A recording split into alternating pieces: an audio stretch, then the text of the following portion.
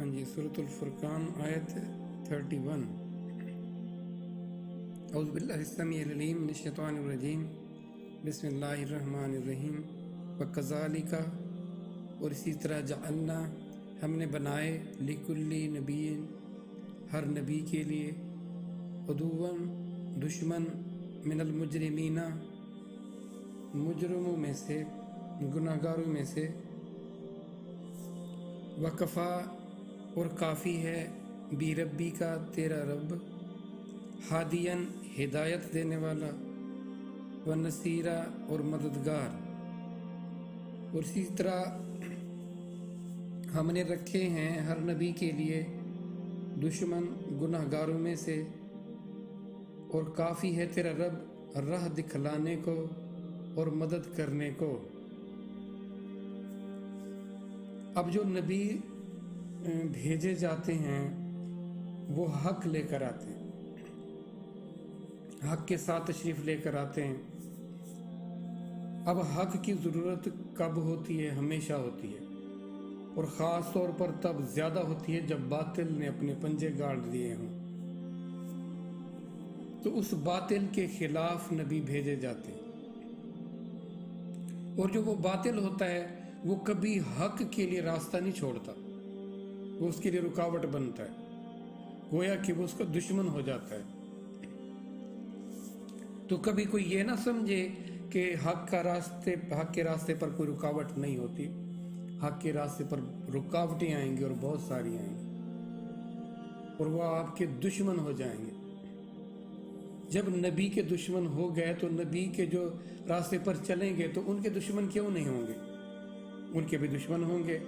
اور جتنی تکالیف، جتنے مصائب اور مسائل نبیوں پر آئے وہ عام لوگوں پر نہیں آتے، وہ ان سے بڑھ کر آتے۔ اب تاکہ وہ حوصلہ اور ہمت دکھائیں اور حق کے لیے آگے بڑھیں، نہ کہ ان سے ڈر کر، ان سے خوفزدہ ہو کر وہ حق کو چھوڑ دیں یا حق کو چھپا لیں۔ حق کو نہیں چھپانا، حق کو نہیں چھوڑنا، اور پھر باطل کی پرواہ نہیں کرنی، ان دشمنوں کی پرواہ نہیں کرنی، کیونکہ اللہ موجود ہیں، اور یہ اللہ کا فیصلہ ہے کہ اللہ حق پر چلنے والوں کو ہدایت بھی دیں گے، حق کی متلاشی کو ہدایت بھی ملے گی، اور اس کی مدد بھی کی جائے گی۔ اب ہدایت اور مدد کا وعدہ کب ہے؟ پہلے حق ہے، اور اس باطل کے خلاف لڑنا ہے، کوشش کرنی ہے، تگدو کرنا ہے، وہ جہاد کرنا ہے، وہ جد و جہد کرنی ہوگی، تو پھر آپ کو ہدایت بھی ملے گی اور آپ کو اللہ کی طرف سے مدد بھی ملے گی۔ ہم کیا چاہتے ہیں؟ ہم چاہتے ہیں کہ ویسے ہمیں ہدایت مل جائے اور مدد بھی ایسے مل جائے۔ اب اس راستے پر چلو گے تو آپ کو روشنی بھی ملے گی اور ہدایت بھی ملے گی۔ اب یہاں پہ کیا ہے؟ ہم اس باطل نے، جو باطل کا وتیرہ ہے، جو راستہ ہے، اس پر چلنا چاہتے ہیں، اس پر چل رہے ہیں، اور چاہتے ہیں کہ اس راستے پر، اس راستے کے تو خلاف مدد آئے گی، اس کے حق میں مدد نہیں آئے گی۔ اب آپ کو اس متلاشی حق ہونا پڑے گا، اور اس میں آپ کو جتنی تکالیف اور تنگی آئے تو آپ کو کیا کرنا ہوگا؟ اس کو برداشت کرنا ہوگا۔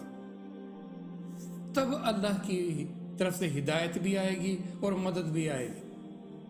ہم کہتے ہیں کہ پہلے ہدایت آ جائے، پہلے مدد آ جائے، پھر ہم دشمن سے لڑیں گے، یا اس باطل کے خلاف ہم تب کھڑے ہوں گے۔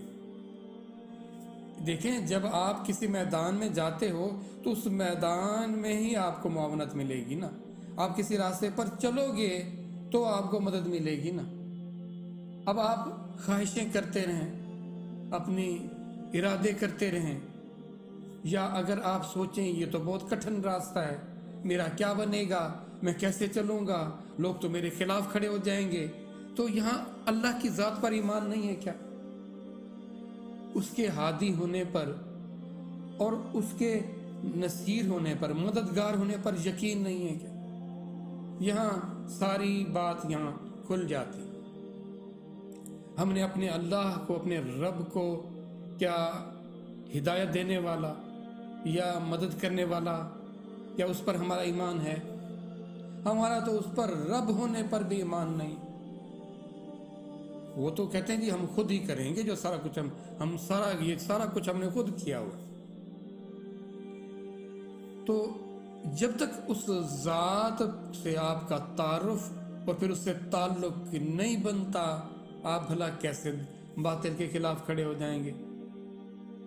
تو بنیادی چیز میں ہماری کمزوری ہے، جو ہمارے ایمان میں، اللہ سے تعلق میں، اللہ سے محبت میں، اس کو بہتر جب تک نہیں کریں گے بات نہیں بنے گی۔ اور یہ اپنے حصے کا کام ہر ایک کو خود کرنا پڑے گا، ٹھیک ہے نا؟ تعلق اندر سے، دل سے ہوگا۔ اب دل اسی کا، جس کے پاس ہے وہی کچھ کرے گا نا۔ تو اپنے دلوں کو اللہ کی محبت سے بھر لیں، یہ لازمی ہے۔ آپ کا اللہ سے تعلق اتنا بہترین ہونا چاہیے کہ آپ ہم وقت تیار رہیں کہ جو کچھ اسی کا دیا ہوا ہے آپ اس کے سپرد کرنے کو خوشی کے ساتھ تیار ہوں، یہ نہیں کہ نہ چاہتے ہوئے، بے دلی کے ساتھ۔ اور نیکی کیا ہے؟ صرف اس ذات کو راضی کرنے کے لیے، صرف اس ذات کو راضی کرنے کے لیے جو آپ عمل کرو گے۔ اور وہ راستہ اور طریقہ کیا ہوگا؟ رسول اللہ صلی اللہ علیہ وآلہ وسلم کا راستہ اور طریقہ ہوگا۔ جو آپ عمل کرو گے وہ آپ کی نیکی ہوگی۔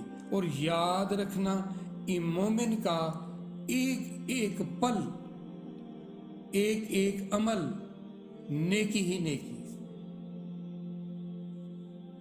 تو اپنے آپ کو، اللہ فرماتے تم اس نیکیوں میں سبقت لے جاؤ، ایک دوسرے سے اور آگے بڑھو۔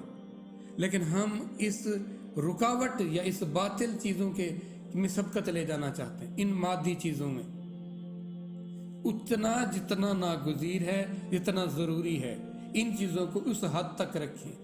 اور یہ آپ کو کیسے پتہ چلے گا کہ میرے لیے کتنا چاہیے، میرے لیے اسباب دنیا کتنا ہونا چاہیے؟